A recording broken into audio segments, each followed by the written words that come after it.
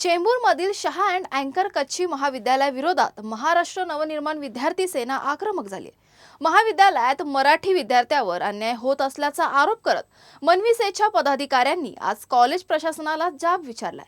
यश सरदेसाई यांच्या नेतृत्वाखाली पालक आणि कार्यकर्त्यांनी महाविद्यालयात भेट देत फी वाढ, फी न भरलेल्या विद्यार्थ्यांना परीक्षेला बसू न देणं तसेच आवश्यक कागदपत्र न देणं यांसारख्या प्रकारांबाबत नाराजी व्यक्त केली आहे। या मागण्यांवर महाविद्यालय प्रशासनाने सकारात्मक भूमिका घेतल्याचा दावा मनविसेकडून करण्यात आलाय। मात्र विद्यार्थ्यांचे प्रश्न मार्गी न लागल्यास तीव्र आंदोलन छेडण्याचा इशाराही देण्यात आलाय।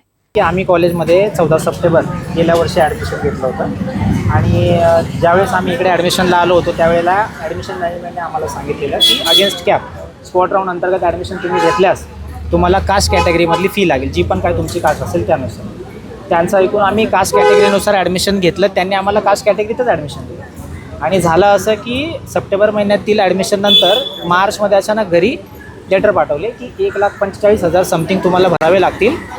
शासनाचा नवीन GR आहे त्यानुसार तुम्हाला ओपन कॅटेगरीची फी लागली आहे आणि जेवढे विद्यार्थी होते 12 ते 15 ते ऑलरेडी OBC VJNT वगैरे कॅटेगरीतले होते, ओपनमधला एकही नव्हता। मग आम्ही त्यांना विचारणा केली असता त्यांनी आम्हाला सांगितलं की तुम्हाला ओपन कॅटेगरीची फी भरावी लागेल, शासन GR आहे। मग आम्ही समाज कल्याण ऑफिसमध्ये जाऊन शासन GR काढला, त्याच्यामध्ये पाहिलं की तो GR 20 जूनचा होता। तो 20 जूनचा GR आणि 14 सप्टेंबरचा ॲडमिशन याच्यामध्ये 3 महिन्याची तफावत होती।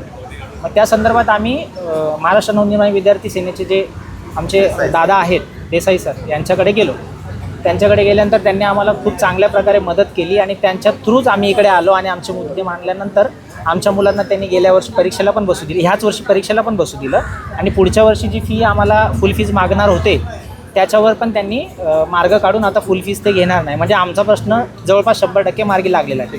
2 महिन्याआधी शहा अँड अँकर विद्यालयाचे काही विद्यार्थी आणि पालक माझ्याकडे आले होते। त्यांचे 2 महत्त्वाचे विषय होते प्रामुख्याने। एक म्हणजे कॅप राऊंडमध्ये होऊनसुद्धा त्यांची जी फी वाढ झाली होती अचानक, कास्टमध्ये जरी असले लोक तर त्यांची अचानक फी वाढ करण्यात आली होती। त्यांचं मत होतं की GR काहीतरी आम्हाला आधी दाखवला नव्हता आणि नंतर आणला होता। आणि एक दुसरा त्यांचा विषय होता की फी नाही भरली तर परीक्षेला बसू देणार नाही म्हणून। तर 2 विषयांपैकी एक विषय जो परीक्षेला बसायचा होता तो त्या मुलांना परीक्षेला बसायला त्यांना मिळालेला आहे। मात्र हा जो फी वाढीचा विषय आहे त्या विषयामध्ये सर्व पालकांना आणि आम्ही जाऊन आता विनंती केली तर ती विनंती आत्ता मान्य झालेली आहे।